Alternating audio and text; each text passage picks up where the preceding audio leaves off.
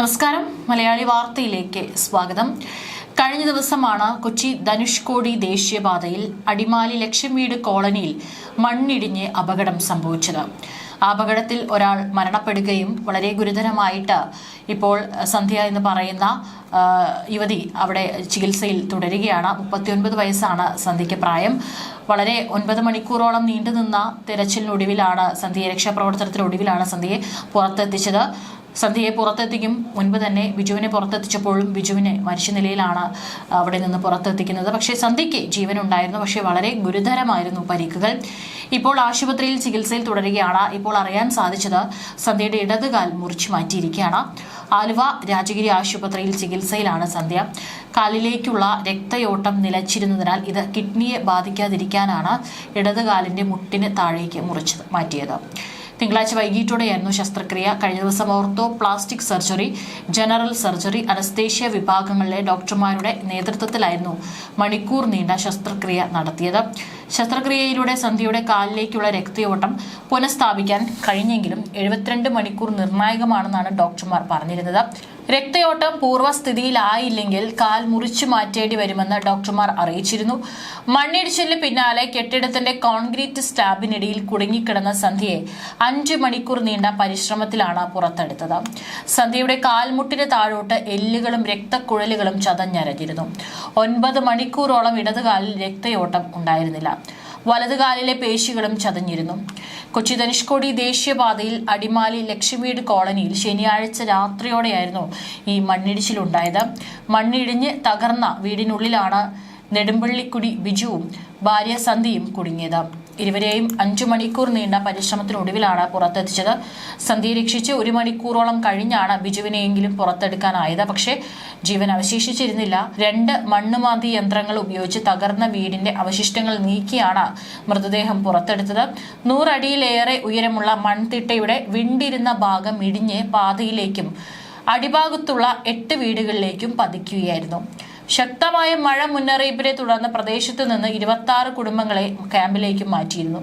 ബിജുവും ഭാര്യയും ക്യാമ്പിലേക്ക് പോയെങ്കിലും പാകം ചെയ്തു വെച്ച ഭക്ഷണവും പ്രധാനപ്പെട്ട രേഖകളും എടുക്കുന്നതിന് വേണ്ടി വൈകിട്ട് വീട്ടിലേക്ക് തിരിച്ചെത്തിയപ്പോഴാണ് അപകടം സംഭവിച്ചത്. കർഷകനായ ബിജു തടിപ്പണിയും വ്യാപാരവും ചെയ്തിരുന്നു. മകൻ ആദർശ് 1 വർഷം മുമ്പാണ് മരിച്ചത്. മകൾ ആര്യ കോട്ടയത്ത് നഴ്സിംഗ് വിദ്യാർത്ഥിയാണ്. സന്ധ്യ അടിമാലിയിലെ ക്ഷീരസഹകരണ സംഘം ജീവനക്കാരിയാണ്. മണിക്കൂറുകൾ നീണ്ട രക്ഷാപ്രവർത്തനത്തിനൊടുവിൽ പുലർച്ചെ 3 മണിക്കാണ് സന്ധ്യയെ പുറത്തെത്തിച്ചത്. JCB ഉപയോഗിച്ച് കോൺക്രീറ്റ് ഭിത്തി മാറ്റിയ ശേഷം ഭർത്താവ് ബിജുവിനെ പുറത്തെത്തിച്ചെങ്കിലും ജീവൻ രക്ഷിക്കാനായില്ല. 1 വർഷം മുമ്പാണ് സ്വന്തം മകനും അസുഖബാധിതനായിട്ട് മരിച്ചത്. ഈ ദുരന്തത്തിൽ നിന്ന് കരകയറുന്നതിന് മുൻപാണ് കുടുംബത്തിന് അടുത്തൊരു ആഘാതം ഉണ്ടായിരിക്കുന്നത്. പ്രദേശത്തെ 8 വീടുകൾ മണ്ണിടിച്ചിലിൽ തകർന്നിട്ടുണ്ട്. ക്യാമ്പുകളിലുള്ളവരുടെ പുനരധിവാസം എത്രയും പെട്ടെന്ന് നടപ്പാക്കണമെന്നാണ് നാട്ടുകാരുടെ ആവശ്യം. കനത്ത മഴയെ തുടർന്ന് കൊച്ചി ധനുഷ്കോടി ദേശീയപാതയിൽ റോഡ് വീണ്ടും ഇടിഞ്ഞു വീണു എന്നുള്ള റിപ്പോർട്ടുകൾ പുറത്തു വരുന്നുണ്ട്. അന്നും ഈ സംഭവം ഉണ്ടായപ്പോൾ വലിയ രീതിയിൽ തന്നെ അതോറിറ്റിക്കെതിരെ വിമർശനം ഉയർന്നിരുന്നു. കൃത്യമായിട്ടുള്ള ശാസ്ത്രീയമായിട്ടുള്ള മണ്ണുമാറ്റലല്ല അവിടെ നടന്നിരുന്നത്. അശാസ്ത്രീയമായിട്ടുള്ള രീതിയാണ് ഇത്തരത്തിലുള്ള അപകടം വിളിച്ചു വരുത്തിയത് എന്നാണ് ജനങ്ങളും പ്രദേശവാസികളടക്കം വലിയ വിമർശനം ഉന്നയിച്ചിരുന്നത്.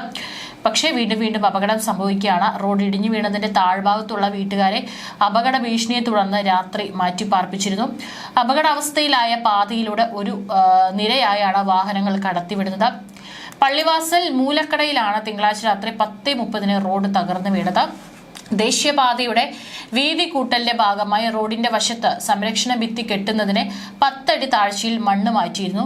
കോൺക്രീറ്റ് വാർക്കുന്നതിന് കമ്പികളും സ്ഥാപിച്ചിരുന്നു. ഇതിനിടയിലാണ് റോഡിന്റെ ഒരു ഭാഗം ഇടിഞ്ഞു വീണത്. രാത്രി ഇതുവഴി വാഹനങ്ങൾ കുറവായിരുന്നതിനാൽ അപകടം ഒഴിവായി. ചൊവ്വ രാവിലെ മുതൽ ഈ ഭാഗം ബലപ്പെടുത്തുന്നതിനുള്ള പണികൾ ആരംഭിച്ചിട്ടുണ്ട്. മൂന്നാർ, പള്ളിവാസൽ മേഖലകളിലും തിങ്കളാഴ്ച രാവിലെ മുതൽ കനത്ത മഴയാണ് പെയ്തത്. ജില്ലയിൽ ഒറ്റപ്പെട്ട ശക്തമായ മഴ തുടരുമെന്ന മുന്നറിയിപ്പും കേന്ദ്ര കാലാവസ്ഥാ വകുപ്പ് നൽകിയിട്ടുണ്ട്. ഇന്നും യെല്ലോ അലേർട്ടാണ് പ്രഖ്യാപിച്ചിരിക്കുന്നത്. ഈ സാഹചര്യത്തിൽ ജാഗ്രത പുലർത്തണമെന്നാണ് നിർദ്ദേശം. 28-ന് രാവിലെ അവസാനിച്ച 24 മണിക്കൂർ ജില്ലയിൽ പെയ്തത് ശരാശരി 32.56 മില്ലിമീറ്റർ മഴയാണ്. യെല്ലോ അലേർട്ട് നിലനിന്നിരുന്ന ഇന്നലെ പകൽ പലയിടങ്ങളിലും മഴയെത്തി. കാര്യമായ കെടുതികൾ റിപ്പോർട്ട് ചെയ്തിട്ടില്ലെങ്കിലും ഇടവിട്ടുള്ള ശക്തമായ മഴ ആശങ്ക വിതയ്ക്കുകയാണ്. ശനിയാഴ്ച രാത്രി മണ്ണിടിച്ചിലുണ്ടായ അടിമാലിയിലെ ലക്ഷ്മീട് നഗറിൽ അടക്കം ആശങ്ക നിലനിൽക്കുന്നുണ്ട്. അപകട സാധ്യത കണക്കിൽ കണക്കിലെടുത്ത് ജില്ലാ ഭരണകൂടവും ജാഗ്രതയിലാണ്.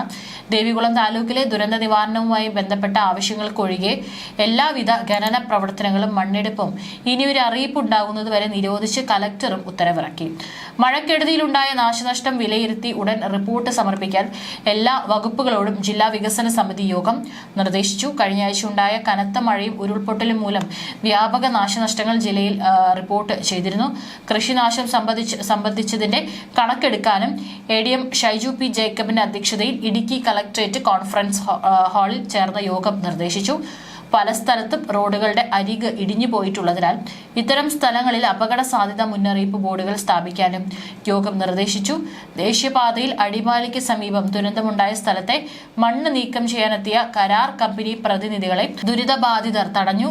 ദുരന്തത്തിന് ഇരയായ കുടുംബങ്ങൾക്കുള്ള നഷ്ടപരിഹാരം നൽകിയതിനു ശേഷം നിർമ്മാണ ജോലികൾ നടത്താൻ അനുവദിക്കുള്ളൂവെന്ന് ദുരിതാശ്വാസ ക്യാമ്പിൽ നിന്നെത്തിയ യുവാക്കൾ ആവശ്യപ്പെട്ടു. പാതയിലേക്ക് വീണ് കിടക്കുന്ന മൺകൂന നീക്കം ചെയ്യുന്നതിന് മണ്ണുമാന്തി യന്ത്രവുമായാണ് തൊഴിലാളികൾ എത്തിയത്. വിവരമറിഞ്ഞ് ക്യാമ്പിൽ നിന്ന് യുവാക്കളുടെ സംഘം എത്തുകയായിരുന്നു. ഇതോടെ പണികൾ അവസാനിപ്പിച്ച് തൊഴിലാളികൾ മടങ്ങി. ജില്ലയിൽ കാറ്റും മഴയും ശക്തമാകുന്ന സാഹചര്യത്തിൽ ജനങ്ങളുടെ സുരക്ഷ ഉറപ്പാക്കുന്നതിന്റെ ഭാഗമായി ദേവികുളം താലൂക്കിലെ ഖനന പ്രവർത്തനങ്ങളും മണ്ണെടുപ്പും ഇനി ഒരു അറിയിപ്പ് ഉണ്ടാകും വരെ നിരോധിച്ചിരിക്കുകയാണ്. കലക്ടർ താലൂക്കിലെ ദുരന്ത നിവാരണവുമായി ബന്ധപ്പെട്ട ആവശ്യങ്ങൾക്കൊഴികെയുള്ള എല്ലാവിധ ഖനന പ്രവർത്തനങ്ങളും ഉടൻ നിർത്തിവെക്കണമെന്ന് ഉത്തരവിൽ പറയുന്നു. ദേവികുളം തഹസിൽദാരുടെ ശുപാർശ പ്രകാരമാണ് നടപടി. ഏതായാലും നിലവിലെ സാഹചര്യത്തിൽ ജില്ലകളിലൊക്കെ തന്നെ കനത്ത മഴയും കാറ്റുമൊക്കെ ഉള്ള സാഹചര്യത്തിൽ താൽക്കാലികമായിട്ടാണെങ്കിലും ഈ പണികളൊക്കെ തന്നെ നിർത്തിവെക്കുന്നതായിരിക്കും നല്ലത്. അല്ലെങ്കിൽ അപകട സാധ്യത മേഖലകളിൽ നിന്ന് ജനങ്ങൾ ഉണ്ടെങ്കിൽ അവരെ മാറ്റി പാർപ്പിക്കണം. ഇപ്പോൾ സംഭവിച്ചിട്ടുള്ളതും ശനിയാഴ്ച രാത്രി അടിമാലിയിൽ സംഭവിച്ച ദുരന്തത്തിലും ജനങ്ങളെ അവിടെ നിന്ന് മാറ്റി പാർപ്പിക്കാനായതാണ് വലിയൊരു അപകടം ഉണ്ടാകുന്നതിൽ നിന്ന് ഒഴിവാക്കാനായിട്ട് സാധിച്ചത്. ഒരു പക്ഷേ ഈ പറയുന്ന ബിജുവും അവരും കുടുംബങ്ങളും മാറി താമസിച്ചതാണ്. പക്ഷേ എന്തോ ഒരു ആവശ്യത്തിന് അവിടേക്ക് വന്നപ്പോഴാണ് കൃത്യം ആ സമയത്ത് തന്നെ അപകടം ഉണ്ടായത്. ഇനിയും ഇത്തരത്തിലുള്ള അപകട സാധ്യത നിലനിൽക്കുന്ന മേഖലകളിൽ നിന്ന് എത്രയും വേഗത്തിൽ തന്നെ ജനങ്ങളെ മാറ്റി പാർപ്പിക്കേണ്ടതാണ്. കാരണം ഇനി അങ്ങോട്ടുള്ള ദിവസങ്ങളിലും കേരളത്തിൽ മഴ ശക്തമാകുമെന്നാണ് മുന്നറിയിപ്പ്. അങ്ങനെ വന്നു കഴിഞ്ഞാൽ ഇനിയും വൻ ദുരന്ത വാർത്തകൾ ഒരുപക്ഷെ നമ്മൾ കേൾക്കേണ്ടി വന്നേക്കാം.